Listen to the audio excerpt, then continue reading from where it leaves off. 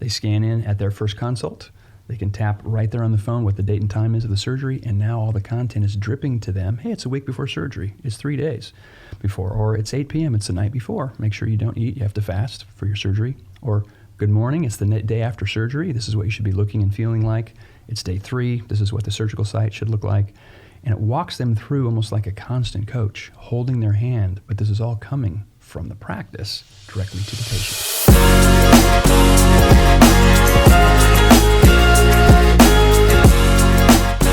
Welcome back to the Technology of Beauty, where we interview the movers and shakers of the beauty business. Today, we have 2 new movers and shakers, Michael and Lloyd. Welcome. Glad to be here. Thanks, Grant. Great to be here. It's great to have you. Came in from Boise, Idaho, right? We did. The other tech capital, is the way I like to call it. The other tech capital. That's right. Well, this is the Technology of Beauty, and today we're going to hear about engaged media. And I am firmly convinced that when you listen to this podcast, you're going to come away with a brand new way of communication with one another, with patients, with industry, an educational tool that has never been available until now. Michael, welcome. Tell us a little bit about yourself and about Engage. Thank you, Grant. We are pleased to be here, and this show that you have, we've watched all the episodes, love the way you're focusing on innovation. Quick background for me, I have a career that's at the intersection between high-end content design and production, and then developing technology and software infrastructure that can intelligently organize short-form storytelling assets. So first 15 years of my career, I spent producing a lot of high-end media, shooting film, back when we actually had film that you could actually shoot. Right. And we created a lot of content for broadcast and worked with a number of subject matter experts who were the best in their fields.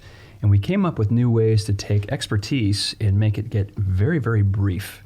It's almost like grabbing the middle of the cinnamon roll. So you find a new way to be able to give people exactly what they want with tremendous amounts of brevity. And then we ended up working with some phenomenal experts in numbers of categories in business and leadership, marriage, parenting. And we also began to find in 2005, 2006, if you remember, 256K came out. Mm-hmm. This wicked fast new speed, because we're all used to dial-up. And people kind of forget, before 2005, there was nothing but dial-up internet access, so everything was print. So suddenly, you had the ability to put video on the internet. And so we started to develop new ways to put content on the web. This was before YouTube. Mm-hmm. And then we decided to begin to create assets in technology that would organize those storytelling components. And we started developing this thing we call an arc of engagement. And so that ended up leading us into healthcare. And the very first hospital that we worked with, they saw the new methodology and found an extraordinary way to create consistent messaging, and ended up landing a $7 million contract. And then we went on to land Johnson & Johnson and CVS and UnitedHealthcare and Ford and Samsung and some other phenomenal companies along the way, all of whom were looking for better methodologies to engage their constituents using mobile and using video. And so that's kind of what brought us here today. And now we're very excited to enter the aesthetics space with our new division called Aesthetic Innovations. And Aesthetic Innovations is what? How is that different than what we've had up until now? Aesthetic Innovations is the application of our technology, which is really a breakthrough infrastructure that allows us to finally make things simple. And so we have a new methodology of taking the components of kind of the biggest consumer behavioral shifts that we've seen in the marketplace. The modern consumer absolutely loves mobile. It's mobile supremacy now. They also have a huge addiction for video. And the third is a preference for the channel of text. Text is the way we all mostly communicate when we need something instant, when we want something brief. Mm-hmm. And so our technology combined all 3 of those elements into a new frictionless method of delivering content. And so in the aesthetic world, or we've also launched this new technology in dentistry, ophthalmology, optometry, key work in the hospital and oncology world. And now we are really excited about the aesthetic environment, because whenever you have a high value knowledge gap, that creates all kinds of human process bottlenecks. You as a doctor know this very well. Some docs feel like a broken record, explaining things over and over. But what if you could use the power of storytelling to transfer knowledge before they arrive at your practice, or when they arrive, either one, and be able to transfer the information they need to know to close that literacy gap very fast but without having to use an app or an email or a password. So no apps. I hate apps and I hate passwords. I always forget them. They have a place, but candidly, when it comes to Well, utilizing apps, unless it's like Uber or something you use all the time, you don't want single-use apps most of the time in your life because there's too many steps, too much friction to put them into your workflow. So how do you avoid an app? What show us or tell us about your technology? How is it different? I'm used to apps. I'm used to passwords. Well, in order to make this work, you have to connect 4 different components of technology. You have to have texting and SMS technology connected to landing pages, which are also connected to a CRM database, as well as the need to have rules engines and marketing automation to make all of the sophistication work.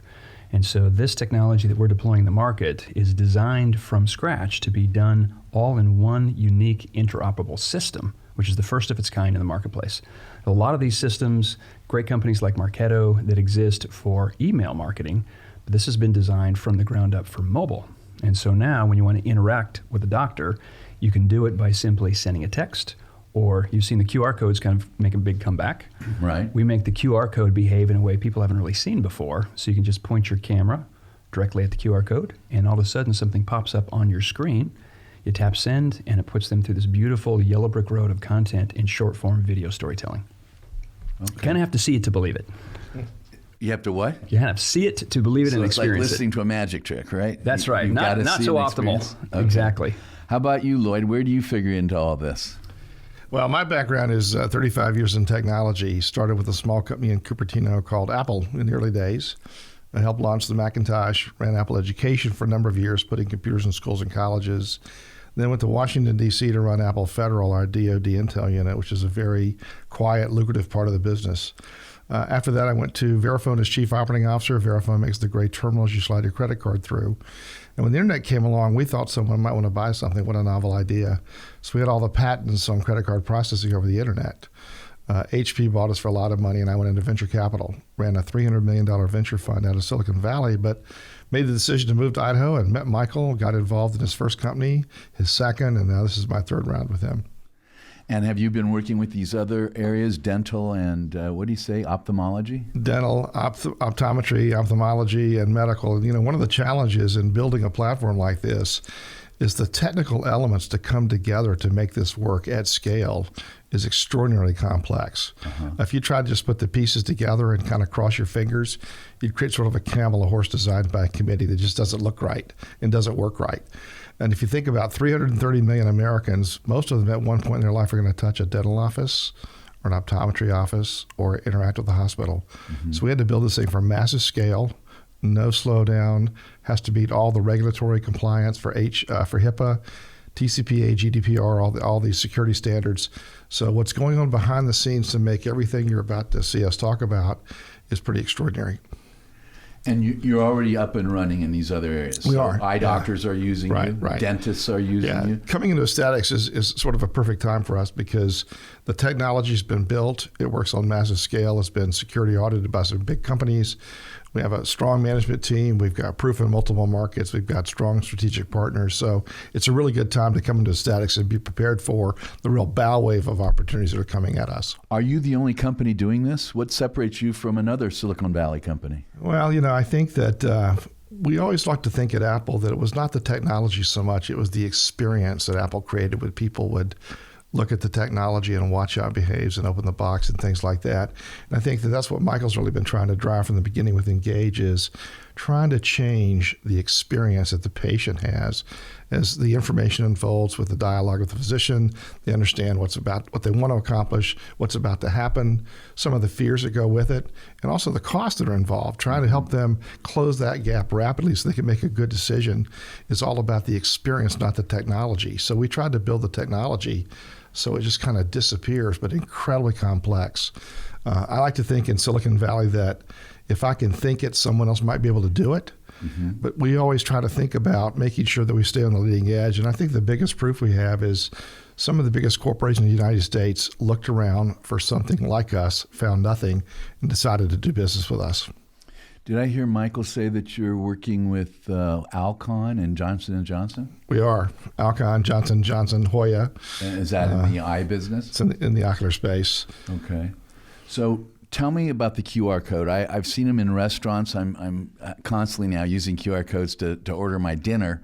How do you use QR codes to access this? Sure. What's interesting about the QR code is it was phenomenal innovation, but if you remember, it kind of died. Yeah. It went away. Absolutely. And the primary reason is a single word. It's friction. You had to go find an app to be able to scan. And so it's amazing how the smallest amount of friction can cause a change in workflow or behavior. And so I was at one of my, I have 4 daughters, and so I was at one of their universities. I was taking a picture of something on a bulletin board, and my camera popped up with something. I went, what just happened? And there was a QR code on that poster. This was a few years ago, and I began to realize they built this into the OS. So the new phones, the cameras themselves can scan a QR code. That's when we realized we need to build this into our workflow, into our story arc design, so that you can actually summon the content by simply pointing it at a QR code. But what we do with the QR code is we actually have it automate a texting process. So most companies, they use a QR code to have you land on a website, which is a great workflow, but there's no data involved. It doesn't allow you to put the constituent into a nurture campaign or be able to retarget or reconnect. And this workflow that we use, in fact, I'll show you a picture. I brought one. You may recognize the brand of this. So I blew it up. Normally these touch cards are used when they're kind of small, like for the sake of the camera. So here's one that we built for your practice. I recognize that practice. Yes. So if someone's coming in, for example, for an augmentation consult, they just simply point their camera right at that QR code, and that actually pops up a text. Oh, look at that. Right on your camera. That text then allows you to be able to get a tap. You send a text off, and as you'll notice, and they'll probably put this up on the screen, it texts the consumer or the patient back right from your practice. Not some generic, but from doctor. How does the patient see the QR code? The QR code is actually offered right there in the workflow at the practice, face-to-face. So that's one of the several workflows. The link can also be sent in the practice reminder system, the PMS or the EMR, or companies like Solution Reach and Weave that do the, hey, look forward to seeing you in a week. We can put that link right there in the environment for the patient to be educated and armed with the right content before they arrive for their appointment. So this is extraordinarily valuable for operational efficiencies and saving you time.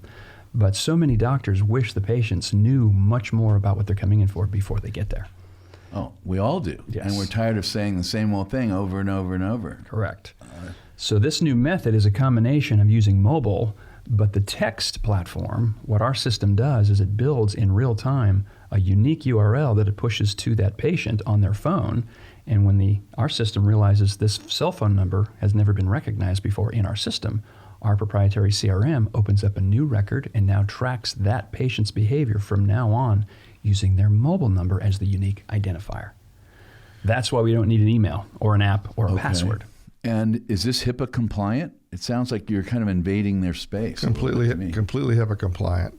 Okay. Yeah, also Gdpr Compliant, which is the new European security standard, which most U.S. corporations are starting to adopt. Okay. So we comply with both of those. So the patient opts in, or the person, there may not even be a patient yet. They opt into this, and they're giving up their cell phone. Automatically. They don't have to enter it. That's right. Okay. And then we can educate them. And can they interact with us prior to coming in and seeing the doctor? Yes, absolutely.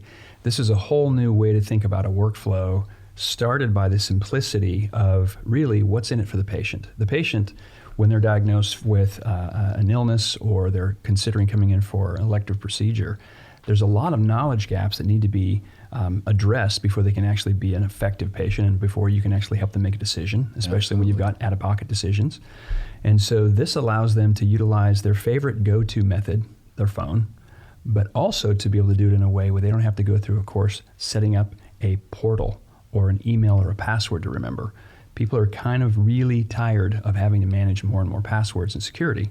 Right. But what makes this interesting is it's personalized to the practice.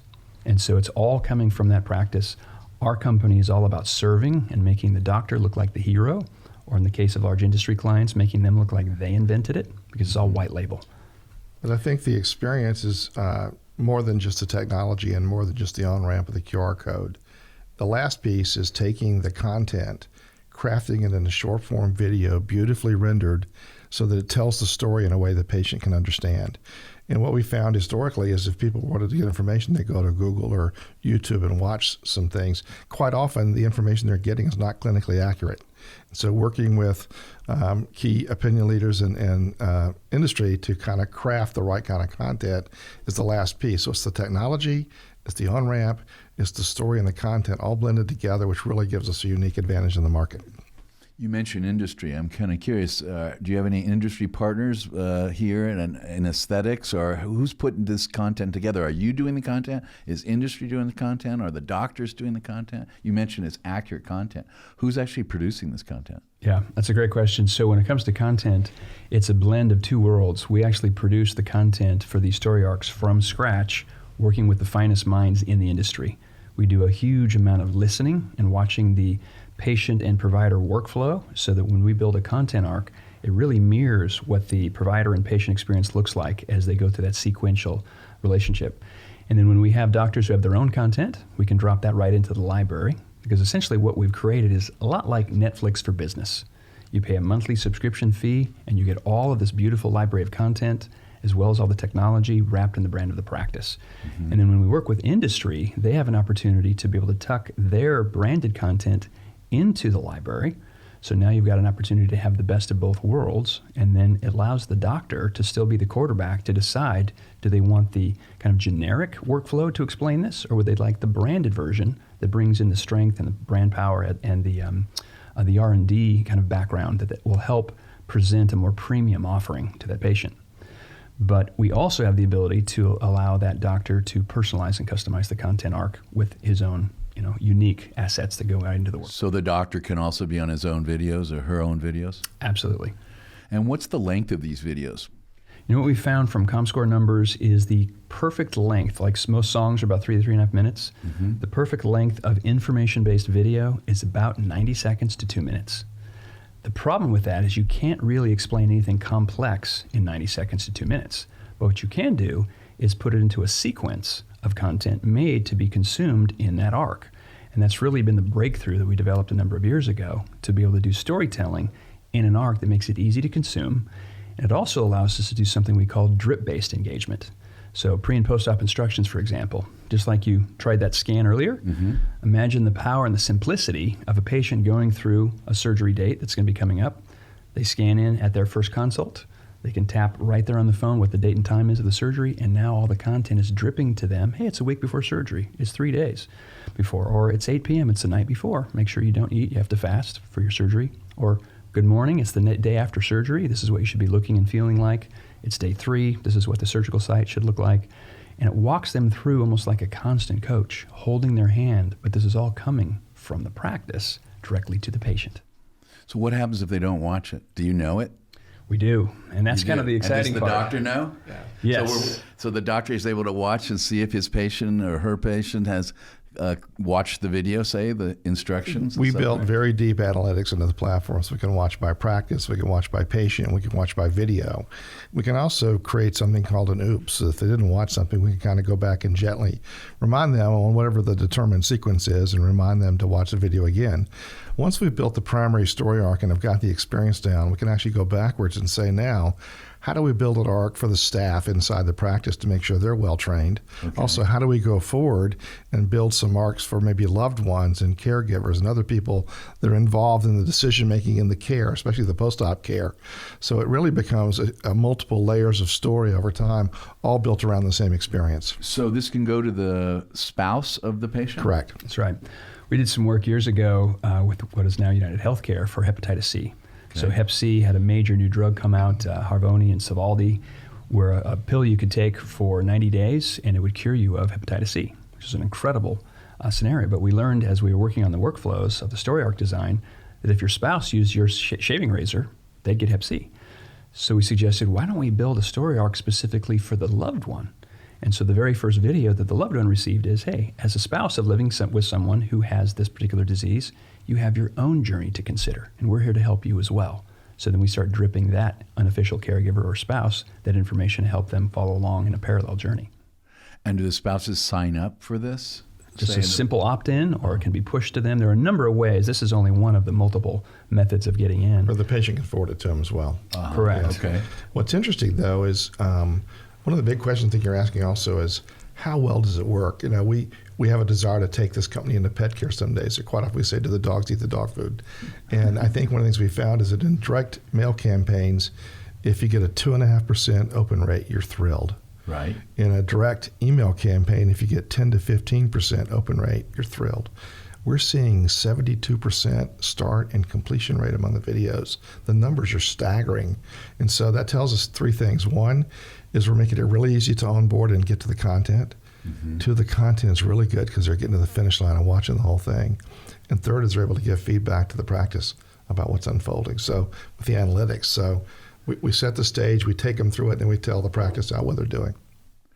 You mentioned something interesting to me. I have a mailing list, like most physicians, an email mailing list, and I send it out. And you mentioned open rates, 10%. We're happy about. If you're lucky, right? And if we're lucky, we get in the teens, we're ecstatic, right? And you're saying it's 72%. We're saying 72% open rate and then completion of all the videos, which is so on a drip-based journey. Someone starts and goes all the way through. It depends on the use case, but the utilization is off the charts. Yeah, that's unheard of. Well, and I would say that one of the biggest reasons what Lloyd is describing there is important to note is this is hitting the patient at what we call height of interest, time of need. It's coming from their provider. It's coming at a moment when they're leaned in and engaged, because when you're dealing with someone who has been diagnosed with something or is considering a surgery, they are really have high levels of anxiety. They want to understand. And so when this all of a sudden drips to them at the exact moment, it's always brief. It's from someone they trust, right? Our brand isn't on it. It's the doctor's brand. That's a key point. Our brand disappears. We're white labeled. Mm-hmm. So everything they're looking at, they think is coming from the practice of the physician. Yeah. And that's beautiful. That's unlike most tech companies. Most tech companies are very focused on getting their brand out there. Right. We take the opposite approach. Yeah. And I would say there's another core part of the philosophy here that's very unique in the design, and that is most of the world is what we call a pull strategy. Mm-hmm. Come to our website, come to our patient portal, come to our app. Well, that requires the patient to stop their day and figure out a way to go through those friction barriers to engage with that practice. We've reversed the polarity and made it all about push. And the real key is if you only push content at height of interest, time of need, it's so relevant, and it's coming into that private, beautiful little piece on our phones called text. It's not coming into email. It's not coming into social media, which is an endless stream of content. This is coming into the most protected and private part of our intimate device, the text format. Mm-hmm. And that allows us to be able to have them tap and walk through a video-based engagement. And because of all the metrics, we see everything they're doing and not doing. And like Lloyd just mentioned, one of my favorite things is it knows what you didn't do. So if you were doing, let's say, a tummy tuck, mm-hmm. and the person was receiving their post-op instructions, and they forgot to watch episode 3, which comes at a really important time, our system knows it was delivered exactly at this time. The rules engine says, depending on how you want to set up, if they don't watch this within 90 minutes, send them an oops reminder. And they get another text. Oops, Dr. Grant Stevens is reminding you to please watch this very important video as it relates to your post-operative instructions. So that's why they never have to remember. It comes to them automatically. And we kind of use the example of Bill Murray in Groundhog's Day. If you've seen that, mm-hmm. He was driven crazy by knowing everything about everyone. He wanted to kill himself over and over. Finally realized he couldn't do it. So one day, my words, he said, why don't I use this data to serve people? So he knew exactly when to catch Jimmy falling out of the tree, right. When to jack up the tire, when to light the cigarette, give the Heimlich. It's like he became the mayor because he was right there just in time, almost like he was clairvoyant.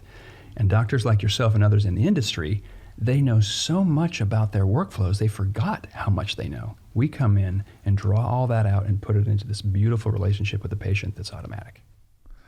Now, what about a patient who wants to opt out? Well, let's say they scan the QR code and they change their mind. They don't want a tummy tuck. Sure. Can they opt out of this? They really can't. They're never allowed. We put a piece of viral. No, they hit stop. That's all they do. Yeah. Is that it? STOP. And they're out completely. It's completely done. That's right. Okay. It's the most simple way to opt out you've ever seen. It's also worth noting, though, that if they opt in, we record that consent in our database. We maintain it. So if anybody ever comes along and says, I don't recall giving you permission to show this to me, we go in our database, pull up the consent, and provide it back to the practice. Well, that's very important. That and HIPAA, very important. Well, and that's big for risk mitigation, because if you're ever sued and the patient says to the judge, hey, I signed that paper of 15 documents, but I didn't read them. Well, I believe you didn't read them, but Dr. Stevens on this date, on this time, with this computer printout here shows that your phone was delivered this video on this exact moment. It shows you watched it to completion, and this video is describing the risks associated with what you're describing. Mm-hmm. So there's a whole nother way to be able to capture accountability in the platform. I like you use the word oops. It's sort of a polite way of saying, go read your text. Yes. Oops. Well, and that's what we've developed Much over more gentle. Yes. the years, is those slight little nuanced ways of communicating, which are so important. Uh-huh. We always say that 10% of the world will do exactly what you want them to do.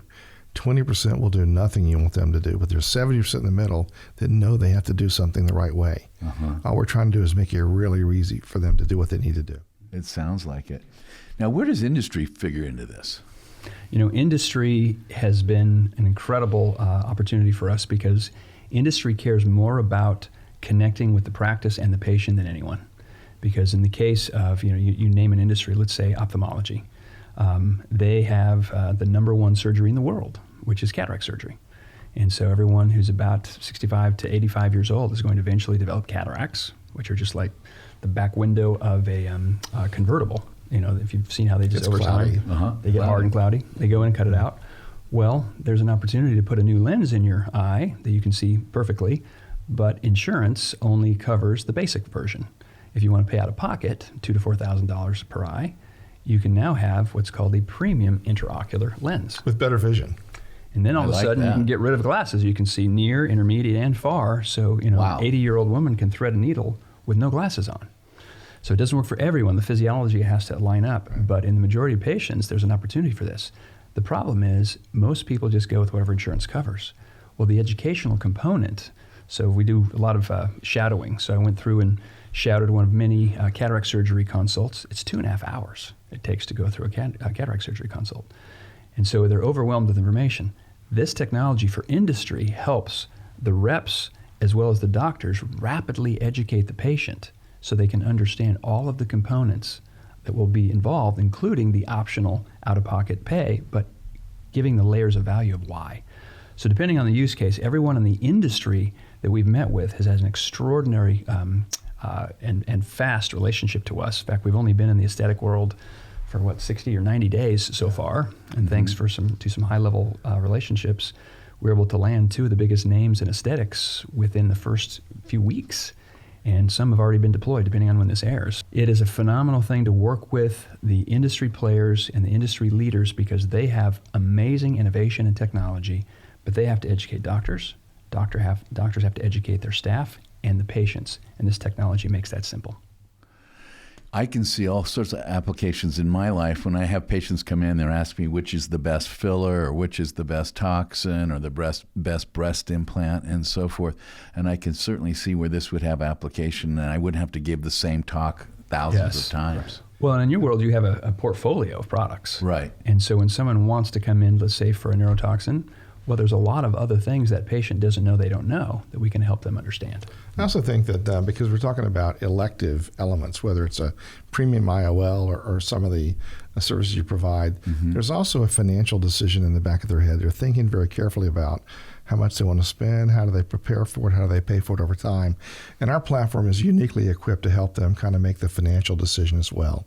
And that's a part of what we're excited to work on in the aesthetic space, is to collaborate. How do you help with the financial decision? I don't understand. Do you offer financing yourself? No, we actually don't do that, but we can work with the financial firms to help the patient understand the best options for them if they're going down that path. And also to understand some of the complexities that come with it as well, because there are a couple of things you have to be very careful about in the financing strategies unfolding. And so we want to make sure that they're well educated. That actually helps the practice, because it'll help the patient understand exactly what the terms are and what the impact could be. So on that information journey, the ability to use the power of storytelling to let them know that financing is an option for them, and the power of the video to show what tapping this link below will do to take them into the application process, which is simple, etc. So that by itself, some people in that space said about 40% of patients, if offered that opportunity, would take them up on it. Oh yeah, that's But huge. staff gets busy, and so the workflow adoption, we make that simple. So in the end, if we can educate well, make sure the experience is exciting, make them feel good about the practice, understand the financing options, we can help the practice close the decision gap and maybe complete the service sooner, which in the end is a win for everybody. Absolutely. What about products? Do you help in terms of product sales? I know most of the practices have products also. Well, in the post-COVID world, it's been interesting because product offerings are a phenomenal environment for practices because the patient has the benefit of listening to the practitioner who's an expert on products make a recommendation, especially as it relates to a diagnosis. And so that moment when that decision is made for the person to be recommended to a product, there's a friction point there because now they're going to have to go find it, go get it online, or possibly purchase it at the counter. But many of the practices don't want to carry inventory anymore. So we had a pretty big innovation that we're bringing to the market with our technology, where that same technology can just scan. Well, our technology, let's say you're my doctor and you say, hey, Michael, I want you to pick up some specific cream for scar repair, et cetera. Oh, great. Where do I get that? Tell you what, just go ahead and scan this right here. And when it scans, it knows who the practice is. It even knows who the clinician is. And then our system allows them to simply see the product, tap it, ships right to their door. But it does not require setting up an account. And because we're fully integrated with Apple Pay and Google Pay, there's no credit card entry, there's no password, there's no home address to enter, no email to enter, because it's all built in. And so that's a frictionless method of being able to ship right to the door. The practice gets the commission, and even the clinician can be tracked. So we're finding this a whole new chair-side recommendation engine, almost like Amazon Prime for chair-side healthcare e-commerce. Actually, it began in the dental world because at the end of every session, the hygienist goes, let me tell you about the better way to brush your teeth with a water pick or this type of, and we have some new oral rinses we'd like to recommend to deal with what you're dealing with. But they realize they don't make any money when they do that. And so we launched Dental Smart Cart. But we also realized as we moved into ocular and then aesthetics and others that actually we're creating kind of a family of personal care products. And so no matter how you kind of come into our store, you'll be able to not only buy dental products, but ocular products and aesthetic. And that we think that's going to be really important for the staff to make more money, but also for the patients to get more of what they need when they need it. Well, and particularly in the aesthetic world, when someone is purchasing products that are, $50 to $300 for serums or things that are very important, they, absorb into the skin at different levels in different ways. And so what's unique, the reason we call it a smart card, is not just a frictionless application for purchase, but it also has the ability to drip that patient video content after the purchase to explain the application, how it works, and to coach them through it. And then almost most importantly, it has the ability with our built-in timers to be able to send a text to remind them. It's supposed to be a 60-day supply, so it's 50 days in. Hope you're enjoying your specific neck cream or whatever it may be. Click here to reorder, or you can click here to subscribe. So if you're 9 months between services at the practice, with the reorders every 30 to 45 days, we're helping the practice maintain that relationship and meet their needs through the Smart Cart. I was wondering if you did that. So it's sort of an Amazon Prime. Exactly. A recurring. Think of us as the Amazon for personal care products. That's kind of where our focus is. That's excellent. And you mentioned it can be recurring. Is that like a subscription based? That's correct. So that way, when you have a patient come into the practice and they make a purchase, often where the cul-de-sac happens is 2-3 months they're out, but they're not coming back to the practice. So they go online. So this allows the practice to have a whole new annuity-based relationship to those products to create ever increasing financial relationships without any friction.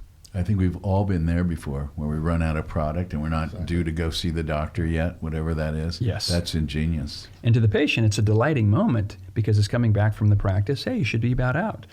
And I would say this, when it comes to the younger generations, they're digital natives. Whenever we show these types of innovations to the young people, they kind of shrug their shoulders and go, yeah, of course I should do that. Well, and the older generations are always wowed, but these are things people expect. These guys are early adopters of new technology. I think one of the things we're watching very carefully is that there are more and more biometric wearable technologies coming out. The Apple Watch is sort of the first generation, but they're going to want to use this stuff. What information is it really conveying to them? How do they use it properly? How do we weave it into the service lines being defined, the workflow for them? And so we think over time our platform's been a great way for all these new emerging technologies to be introduced to the market and help consumers and practices really understand how they can benefit. Yeah, you mentioned pet care. I can see this isn't just unique to aesthetics, is it? No. Pet care is a $28 billion industry, and many families think that's the third kid. And so they're going to spend the same amount of money and take good care of them. But care is becoming important in the household for the pets and the children and everything. And so we think that's a huge opportunity for us. Yeah, we're also looking at financial services, consumer electronics, anywhere where you've got a substantial knowledge gap between the professional and the pedestrian knowledge. This is extraordinary for closing that gap quickly. But I also just say, we're in a world that's almost too connected to our screens, very short attention spans. But there's a fascinating way to look at this. For industry particularly, your show has some of the great minds in industry talking about innovation. Aesthetics is constantly innovating some extraordinary new things when it comes to science and application. Well, that means there's a lot of knowledge to pass on to not only the doctors, but also to the patients. But we also have to deal with this issue of attention. We have a really attention-starved environment. And would you say attention spans have gotten pretty short? Yes, absolutely. So they really have. But I would also say, and this is an interesting application for this technology, there's actually a context which you could argue that the attention spans are actually the longest they've ever been in history. Is that right? In all of history today in 2020. And I can make the point with a simple proof. Okay, fire away. Binge watching. That's a good point. So if you think about binge entertain watching, people, they will binge watch. If they like the content. If they like the content. If you think about it, has there ever been a time since the beginning of man that people would sit in an almost catatonic state for 5, 6, 8, 10 hours? Some people, admit to a whole weekend of focused attention. That's the longest I've ever seen in my lifetime, probably in history. But I started thinking one day about how is that possible? What changed in a short attention span world? And I realized it's 3 things. Number 1, you have to have the arresting power of story. It can't just be video. People are bored by video. There's plenty of 500 channels of nothing to watch. But if it's an arrestingly well-told story, that keeps our attention. But that's not enough. You have to have the other 2. The second one is you have to have the power of automation. Because what happens on Netflix? It's now, 3 to 5 seconds from the first episode. There's even a skip the intro button. Well, because we're really engaged in the story, the second issue is you have to have automation occur. Because we could have binge watched DVDs. We could have watched every episode of West Wing if you wanted to. But as soon as the DVD's over, you have a moment of sanity. You go, I'm going to have to get up and change the DVD tray. It's not like you perspire doing. That's not hard, but it's an interruption. So if you add in automation, and the third issue is the elimination of friction. So arresting power of story, introduction of automation, and eliminate the friction, you can create immense amounts of attention. And that's what we've designed our company around, is utilizing that principle to engage patients on behalf of providers. So your company name is Engage. Engage. And what is this technology called? Do you have a proprietary name of the technology? We do. It's called MOBIT. MOBIT? M-O-B-I-T. And what's that mean? Mobile Information Technology. It's an acronym, but it really is the way we describe the whole platform. And I think Michael said on the front end is you could sort of build something like this if you went to Tango or Twilio and WordPress and Salesforce and Marketo and tried to jam all this into one big box. It wouldn't work well. It'd be very expensive to try to knit the pieces together. And you need a login. And you need a login. And you wouldn't have the analytics because you'd have all these different things kind of trying to make it work. Just couldn't happen. And so we built from the ground up MOBIT to do those things that it had to do. And so it's our code. It's unique and it's proprietary to us. It's scalable. It's dynamic. It's been proven in multiple markets. And it just works. Wow. I'm blown away. This is fantastic. MOBIT by Engage. Well, are there any other thoughts you'd like to share with our listeners and our viewers? Do you have a crystal ball? What do you see in the future in aesthetics? Well, one thing I think we ought to highlight that very few people can say is Lloyd, one of the smartest people I've ever known, has one of the most rare hiring moments from someone that we've all really admired to be an innovator. So, Lloyd, you got to tell them real quick how you got hired to head up Apple Education. It's a great story. Yeah, I was got a phone call one night from Steve Jobs saying they need you in Cupertino on Friday. And I said, for what? I thought I was going to a meeting. He says, no, we're going to run Apple Education. So I said, how long do I have to decide? He goes, until I stop talking. So you went from where to where then? Charlotte to Cupertino. Yeah. And how long were you there? The weekend or?